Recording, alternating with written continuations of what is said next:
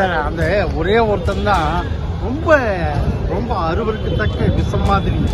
அந்த விஷத்தை கிடைக்கிறதுக்கு எல்லாரும் சேர்த்து ஆரம்பத்திலேயே இதை பண்ணியிருக்கணும். அது பண்ணாதனுடைய விளைவு தான் இந்த அளவுக்கு அந்த விஷமரம் வளர்ந்துருக்கு. இது போன்ற வாய்ச்சவடால் என்பது சீமான் எப்பொழுதுமே பேசுகிற செய்திதான்.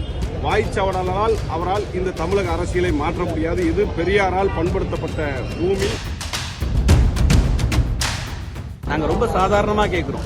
நீங்க ஒரு கருத்தை சொல்றீங்க, பெரியார் சொன்னதா ஒரு கருத்து சொல்றீங்க, அந்த கருத்துக்கான ஆதாரமே கொடுங்க அப்படின்னு நீங்க வெளியிடுங்கன்றாங்க.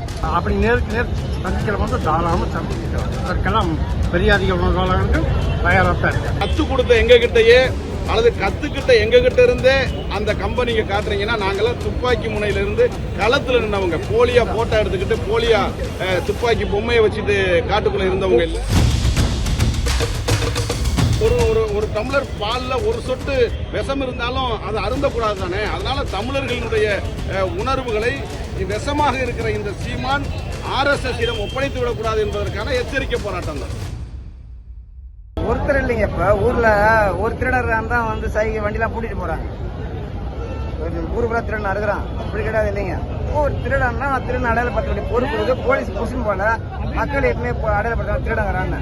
அது மாதிரி சீமான் வந்து தமிழ் சமூகத்தை ஏற்றி பிழைக்கிற உடம்பு வேலையே செய்யாம ஓசில உடம்பு வளர்க்கக்கூடிய ஒரு மனிதனாக வாழ்ந்து கொண்டிருக்கிறார். ஈழத்தமிழர் பிணத்தின் மீது அரசியல் செய்து கொண்டு பெரியார் மேடையில வாயை வளர்த்து பெரியாரை பேசி வயிறை வளர்த்துக் கொண்டிருக்கிற சீமான் RSS ஏவல் நாயாக இன்று தமிழ் சமூகத்தை உலாவி கொண்டிருக்கிறார். தமிழ் சமூகத்தில் இருக்கிற அந்த ஒற்றுமை சீர்கொண்டிருப்பது இதுதான் அவருடைய அஜெண்டா. அந்த அடிப்படையில் இருக்கிற சீமானை மக்கள் மீது அடையாளம் காட்டப்பட வேண்டும். பெரியாரை குறித்து அவதூறாக பேசியிருக்கிறார். பேசி அவதூறுக்கு மறுப்பு கேட்டால் அது ஆவணமாக பூட்டப்பட்டு சொல்றாரு. நீங்க எப்படி பார்த்தன்னு கேட்டா அதுக்கு பதில் இல்ல. அந்த ஒரே ஒருத்தன் தான் ரொம்ப ரொம்ப அருவருக்கத்தக்க விஷம் மாதிரி. அந்த விஷத்தை கிடைக்கிறதுக்கு எல்லாரும் சேர்த்து ஆரம்பத்திலேயே இதை பண்ணியிருக்கணும். அது பண்ணாதனுடைய விளைவு தான் இந்த அளவுக்கு அந்த விஷமரம் வளர்ந்துருக்கு. அதனால இதை ஒழிக்க தவிர வேற இல்ல. பெரியாரோட பேச்சுகளை வந்து பேசி ஓட்டு கேட்க முடியுமா? தாலியர்னு சொன்னாரு, தாலி எடுத்தாங்க. கர்ப்பப்பையை கூட தான் நடத்துவாங்க அப்படின்னு. அது காலம் தான் முடிவு பண்ணணும். பெரியாருடைய பேச்சு இன்றோ நாளையோ நடைமுறைக்கு வர்றதில்லை, காலத்துக்கு வரும். அதனால ஒரு நாள் 2 நாளையில முடிவெடுக்கும். அது காலத்துக்கு பெரியார் கொள்கை தான் இந்த மனித சமுதாயத்துக்கு. இது போன்ற வாய்ச்சவடால் என்பது சீமான் எப்பொழுதுமே பேசுகிற செய்திதான். வாய்ச்சவடாலால் அவரால் இந்த தமிழக அரசியலை மாற்ற முடியாது. இது பெரியாரால் பண்படுத்தப்பட்ட பூமி. எனவே பெரியாரிய கருத்தியலை ஏற்றுக்கொண்ட மக்கள், பெரியாரிய கருத்துக்களை ஏற்றுக்கொண்ட தமிழர்களைத்தான் கோட்டையிலே அமர வைத்திருக்கிறார்கள். அந்த கோட்டையை போலி தமிழ் தேசியவாதிகளோ ஆரிய கைக்கூலிகளோ ஒருபோதும் கைப்பற்ற முடியாது என்பதுதான் இந்த போராட்டம் உணர்த்துகிற ஒரு செய்தியாக முற்றுகையிடுற போராட்டம் சரியா அப்படின்னு கேக்குறாங்க.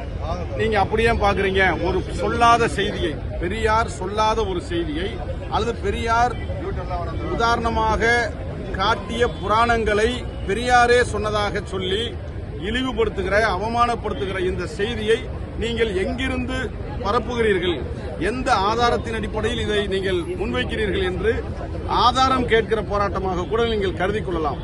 அதுதான் எங்களுடைய செய்தி. அதாவது சொல்லாத செய்தியை, ஆதாரமில்லாத செய்தியை விமர்சனம் என்கின்ற பெயரிலே அவதூறு பரப்புகிற சீமானிடத்திலே ஆதாரம் கேட்கிற போராட்டமாக, அல்லது ஆதாரம் கேட்டு அவருடைய வீட்டை நோக்கி நகர்கிற போராட்டமாக நாங்கள் இதை எடுத்துக்கொள்ள வேண்டும். நேற்று இரவுல இருந்து நாம் தமிழர் தம்பிகள் வந்து சீமான் வீட்டுக்கு முன்னாடி அரணாக பாதுகாப்பா நிக்கிறாங்க. காலை சாப்பாடு, மதிய சாப்பாடு, கையில கட்டையோட கம்போட இருக்காங்க. வந்தா நீங்க வந்து நாங்களும் பாத்துக்கிறோம் அப்படின்னு. இது இயல்பு தான். இது அவங்க எதிர்பார்த்தது தான். அவர் எப்படி பார்த்தாலும் ஒரு 1000 பேர் முன்னாடி நிறுத்தி பின்னாடி ஒளிஞ்சுக்கிட்டு இருப்பாரு அப்படின்னு.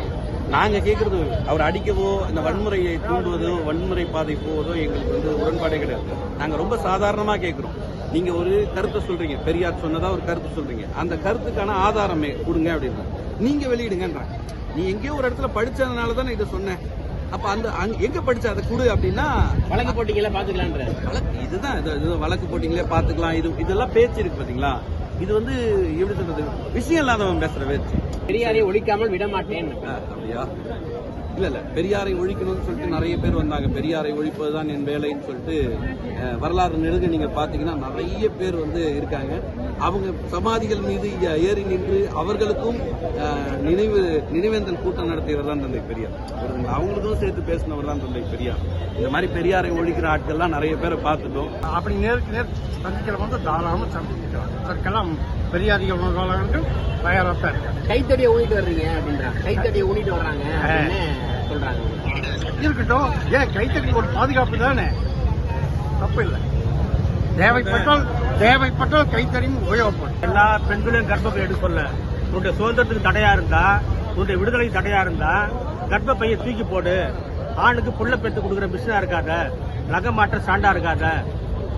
உன் விடுதலை தடையா இருந்தா தான் கர்ப்பப்பை எடுக்க சொன்னார் தவிர குடும்ப நற்ற எல்லா பெண்களையும் கர்ப்பப்பை எடுக்க சொல்ல. அவருக்கே 5 மாசம் குழந்தை பிறகு செத்து போச்சு. ஆக தப்பான பிரச்சாரம் இது. இன்னொரு போட்டோ ஷாப் தான் சொல்லிட்டு இயக்குனர் அவர் யார், அவரு சங்ககிரி, அவரே சொல்லிட்ட போட்டோ ஷாப் தான் சொல்லிட்டாரு. ஒரிஜினல் போட்டோலாம் இங்க இருக்கு. இத்தனை நாளா என்ன பண்ணாங்க? 5 வருஷமா சும்மா இருந்துட்டு நம்ம பையன் அவன் சின்ன பையன். இப்போ பிஜேபி RSS கூட சேர்ந்து இந்த திறன் நிதி வாங்கி அவர் பழப்பு நடத்துறதுக்காக நம்ம பொய் சொல்றாரு. இதுக்கு முன்னாடி சொன்னது விமர்சனம், இப்ப சொல்றது அவதூறு, பொய் சேர்த்து அள்ளி வீசுற. ஆதாரம் கேட்டா நீங்க தான் பூட்டி வச்சீங்கன்னா ஸ்டேஷன்ல காட்டுவேன், கோர்ட்ல காட்டுவேன், காட்டிக்கிட்டான்ற. கோர்ட் எல்லாமே பாதி பூனிஸ்டா இருக்குது. கோர்ட்ல நல்ல தீர்ப்பம் வருது, கெட்ட தீர்ப்பம். நீதி கிடைக்கல, தீர்ப்பு தான் கிடைக்குது. ஆதாரம் இல்லை என்பதைத்தான் அவர் நாகரிகமாக அல்லது மறைமுகமாக ஆதாரம் இல்லைங்கிறத அவர் சொல்றாரே ஒழிய அவரிடத்துல எந்த ஆதாரமும் இல்லை அப்படிங்கறதா செய்தி.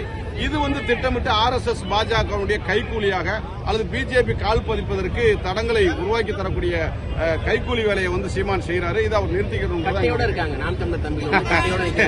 பிரியாணி சமைக்கிறதுக்கு அதாவது உங்களுக்கு எல்லாம் நான் சொல்லலாம், நீங்க சொல்லலாம் இதெல்லாம் பெரியார் வந்த பிறகுதான் இது போன்ற போராட்டங்களுக்கு பெரியார் தான் விதை. அதனால கத்து கொடுத்த எங்க கிட்டயே அல்லது கத்துக்கிட்ட எங்க கிட்ட இருந்தே அந்த கம்பெனிக்கு காட்டுறீங்கன்னா, நாங்கெல்லாம் துப்பாக்கி முனையில இருந்து களத்துல நின்றவங்க, போலியா போட்டோ எடுத்துக்கிட்டு போலியா துப்பாக்கி பொம்மையை வச்சுட்டு காட்டுக்குள்ள இருந்தவங்க இல்ல. எல்லாமே போலிதான்.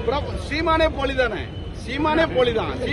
அதுல ஒன்றும் மாற்றுக்கிறதே கிடையாது. சீமான் இதுவரை எந்த இடத்திலும் உண்மையை பேசியதல்ல, பேசியதை போல அவர் நடந்து கொண்டதும் அல்ல. எனவே சீமான் ஒட்டுமொத்த பொய்யினுடைய முழு உருவமாக பார்க்கிற காரணத்தினால் இதை எங்களுக்கு ஏற்கனவே தெரியும்.